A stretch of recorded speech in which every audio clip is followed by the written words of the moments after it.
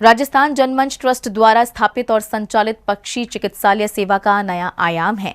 पक्षी चिकित्सालय में निःशुल्क रूप से अपंग, वृद्ध और बीमार पक्षियों का इलाज होता है और स्वस्थ होने के बाद खुले आसमान में छोड़ दिया जाता है। ट्रस्ट अब तक लगभग 76,000 घायल पक्षियों का इलाज कर चुका है और ये सिलसिला अभी भी जारी है। जयपुर के मालवीय नगर स्थित 13A प्राकृत भारती कैलगेरी रोड में राजस्थान जनमंच ट्रस्ट द्वारा स्थापित एवं संचालित पक्षी चिकित्सालय शाकाहार और अहिंसा के प्रचार के साथ बेसहारा और घायल पशु पक्षियों की सेवा के लिए एक समर्पित संस्था है, जो लगभग 30 वर्षों से निःशुल्क रूप से पशु पक्षी कल्याण के लिए कार्यरत है, जो कि अपंग, वृद्ध और बीमार पक्षियों का इलाज करती है और उन्हें प्राकृतिक वातावरण में पुनः छोड़ देती है। कोई बहुत ज्यादा बीमार हो गया तो लोग छोड़ जाते हैं हमारे यहाँ।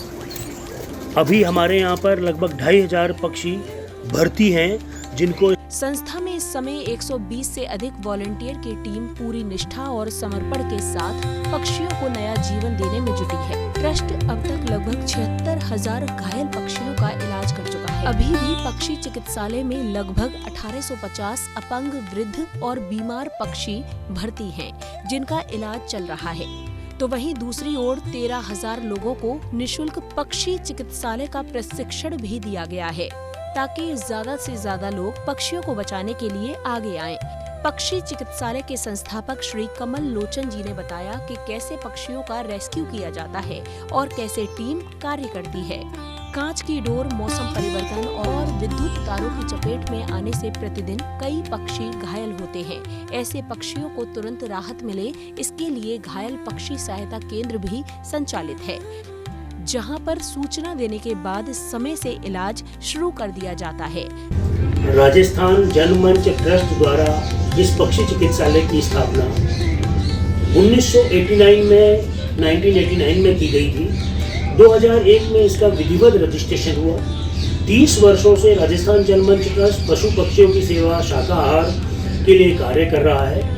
मुख्य रूप से राजस्थान जनमंच ट्रस्ट पक्षी चिकित्सालय का उद्देश्य है पर्यावरण संरक्षण के लिए काम करना, पशु पक्षियों की सेवा करना, शाकाहार अहिंसा का प्रचार करना और लावारिस पशु पक्षियों को बेहतर जीवन के लिए सेवाएं प्रदान करना।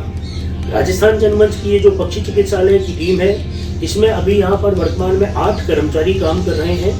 हमारे यहाँ पर 3 पार्ट टाइम सेवा वाले लोग हैं और 120 से अधिक हमारे यहाँ वॉलंटियर जुड़े हुए हैं। यहाँ की जो प्रक्रिया है, इलाज की प्रक्रिया, पक्षियों को लाने की प्रक्रिया, वो मैं आपको बताता हूँ।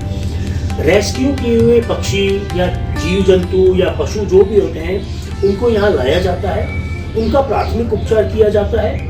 उनमें तोते हुए, डॉगी हुआ, खरगोश हैं, कबूतर हैं, इन सबको यहाँ रेस्क्यू करके लाया जाता है। जो बूढ़े हो गए, जिनका एक्सीडेंट हो गया, कुत्ते बिल्ली ने उनको पकड़ लिया, बिजली का करंट लग गया या पंखे से कट गए, ऐसे जीव जंतुओं को यहाँ लाया जाता है रेस्क्यू करके।